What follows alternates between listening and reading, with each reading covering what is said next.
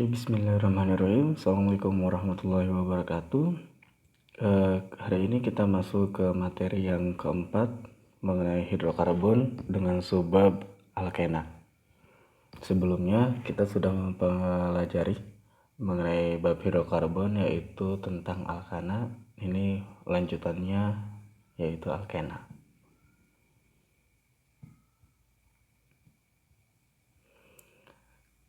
Alkena adalah senyawa hidrokarbon tidak jenuh.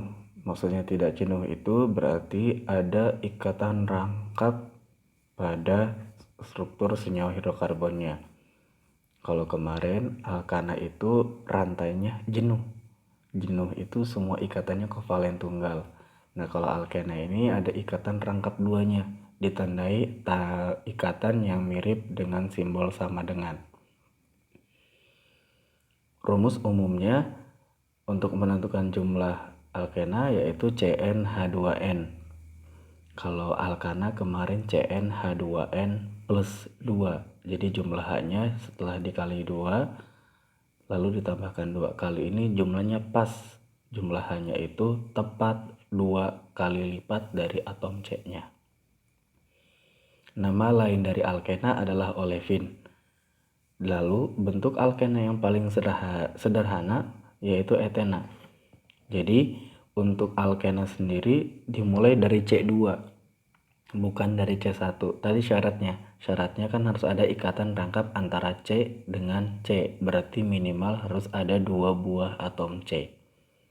Nah, tadi rumusnya CnH2n, maka rumus etena adalah C2H4. H-nya pas 2 kali lipat dari atom C-nya.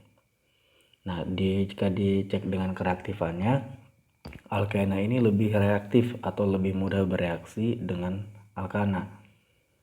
Tapi jika dibandingkan dengan temannya yang ketiga, yaitu alkana lebih stabil. Gitu. Nanti alkana kita bahas di bab pertemuan berikutnya.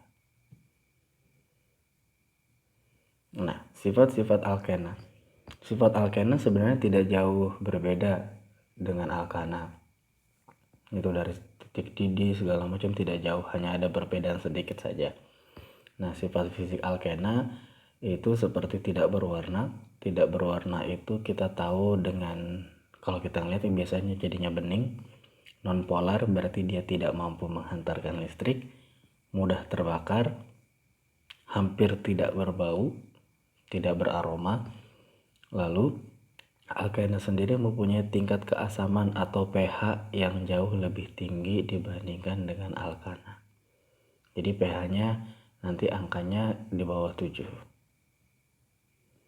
Nah, sifat-sifat alkena yang lain itu dari wujudnya. Wujudnya itu tergantung dari massa molekulnya atau jumlah atom C-nya. Semakin banyak atom C-nya berarti kan massanya semakin banyak atau semakin besar. Kalau 3 alkena yang paling sederhana dari C2, C3, dan C4 itu wujudnya gas. Jadi etena, propena, butena, C2 sampai C4 bentuknya gas. Sedangkan alkana linear berarti alkana yang rantainya lurus dari 5 sampai 16, C5 sampai C16 itu wujudnya cair. Jika lebih dari 15 maka wujudnya adalah padat. Ini deret homolog alkena. Tadi rumusnya CnH2n ya. C2 hanya 4, C3 hanya 6, C4 hanya 8 dan seterusnya. Ini rumus strukturnya. Ya.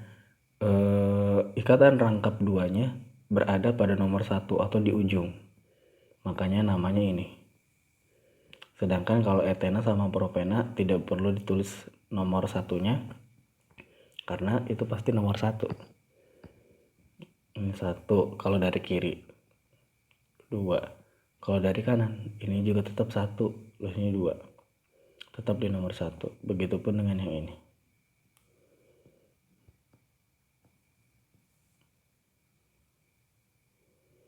Nah, tata nama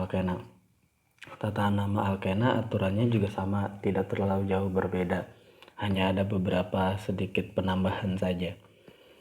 tetap pertama itu kita tentukan dulu rantai utamanya atau rantai terpanjang. Rantai terpanjang ini ya harus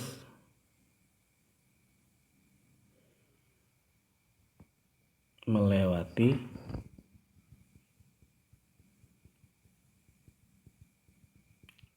rangkap 2. Jadi rangkapnya harus dilewatin di dalam satu jalur aja. Lalu berikan nomor pada rantai utama. Nah, kali ini nomor satunya itu harus pada ujung yang dekat rangkap. Kalau alkana kemarin harus dekat dengan cabang karena dia mah tidak memiliki rangkap. Kali ini ada rangkap, maka dahulukanlah rangkap. Setelah ditandai atom C yang tidak diberi nomor sama, itu berarti adalah cabang. Lalu kita tulis urutannya seperti ini. Ada perbedaan di sini, ada nomor rangkap. Nah, karena alkena dan alkuna nanti itu punya rangkap, sedangkan alkana tidak ada rangkapnya, berarti tidak ada nomor rangkap kalau alkana. Sedangkan kali ini alkena ada rangkapnya, berarti harus ada nomor rangkap. Aturan cabangnya tetap sama. Contohnya, kita ambil yang ini dulu. Ini rantai utama, tidak ada cabang. Berarti kita beri nomor 1, 2, 3, 4. Ya, maka ini kita ingatkan karena nomor cabang, nama cabangnya nggak ada, atau ini kan rantai lurus, berarti cabangnya tidak ada. Berarti nama dan nomor cabang itu dikosongkan. Langsung menuju nomor rangkap. Rangkapnya kan terletak antara 1 dan 2. Ya, antara di nomor 1 dan nomor 2. Gunakan angka yang paling kecil. Berarti 1. Baru nama rantai utama. Rantai utama adalah panjang rantainya. Panjang rantainya 4. 4 itu buta. Karena ini alkena jadinya butena. Contoh yang lain ini. Ini juga rantai lurus. Ya, nomor satunya kita anggap dari sini. Ataupun jika dari sebelah kiri hasilnya akan tetap sama. Nah, kali ini sama karena rantai lurus tidak bercabang, rangkapnya itu terletak antara 2 dan 3. Kita gunakan angka yang kecil, yaitu angka 2. Panjangnya 4 sama, berarti 2 butena. Ingat ya, butana, butena, propana, propena. Bedanya akhirnya saja. Soal yang ketiga, ini paling panjang seperti ini.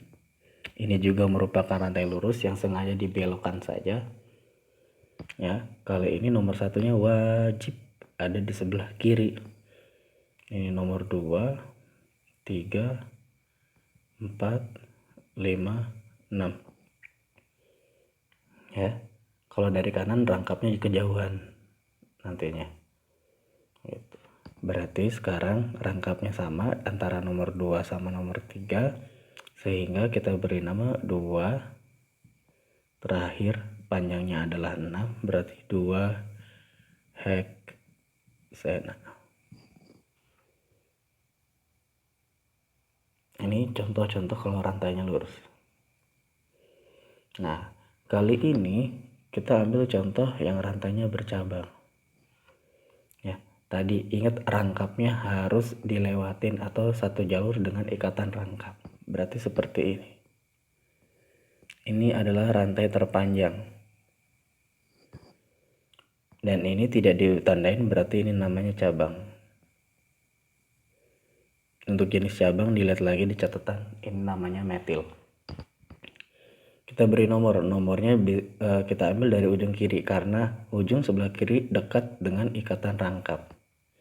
Ya, ini nomor 1, 2, ini nomor 3, 4, ini 5, dan terakhir adalah 6. Sehingga namanya karena ada cabang, tuliskan dulu nomor cabang. Cabangnya terletak di nomor 4. Lalu nama cabangnya. Jika semua cabangnya sudah ditulis, lalu tulislah nomor rangkap. Diberi strip, rangkapnya antara 2 dan 3 ya. Ini sama ini. Maka ambil angka 2, lalu strip lagi, panjangnya, lalu rantai utama itu panjangnya 6, berarti kembali namanya heksena. Akhirannya ena. Berikutnya adalah yang sebelah kanannya. Rantai terpanjangnya tadi harus melewati ikatan rangkap 2. Ya, berarti ini adalah rantai terpanjang. Pak, kenapa nggak lurus? Kan lurus juga sama panjangnya. Kali ini nggak boleh lurus. Tadi ikatan rangkap 2-nya harus berada dalam jalur rantai utama. Itu berarti ini adalah cabang, ini cabang. Karena rangkapnya adanya di ujung, sudah jelas ini menentukan bahwa CH2 ini adalah nomor 1. C ini nomor 2, CH2 nomor 3, dan seterusnya. Ini 4, 5, 6. Ada buah cabang yang sama, tuh sama-sama metil CH3. Ini juga sama CH3. Maka aturan penamaan cabang yang yang cabangnya sama, maka nomornya disusun berurutan, yaitu nomor 2, 3. Karena ada 2 nomor diberi awalan di dengan nama cabangnya adalah metil. Ya. Sudah 2 cabang, dua-duanya ditulis, baru nomor rangkap. Nomor rangkapnya karena di ujung pasti nomor 1. Lalu rantai terpanjangnya 6 sama namanya heksena.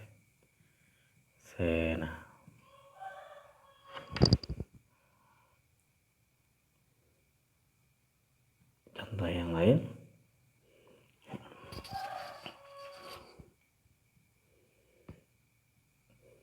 Ini ada contoh. Kita ambil yang sebelah kiri. Ini rantai terpanjangnya. Maka ini cabang. Nomor 1-nya di ujung di bawah.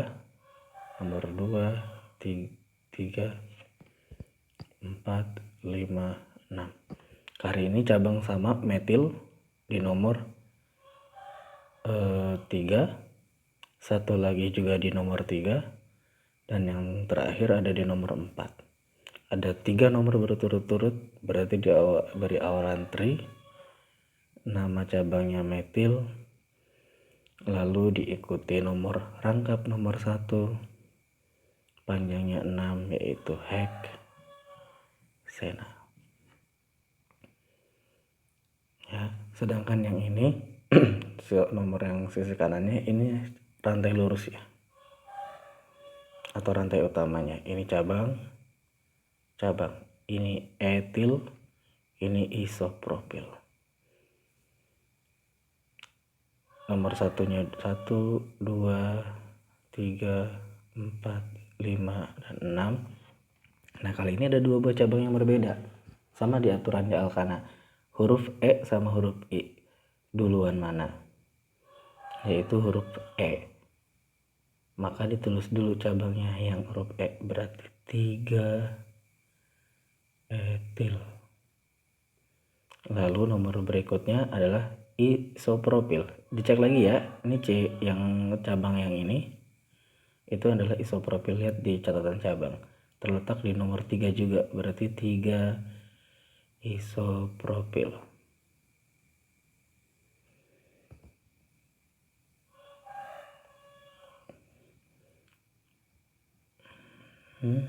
Hapus dulu.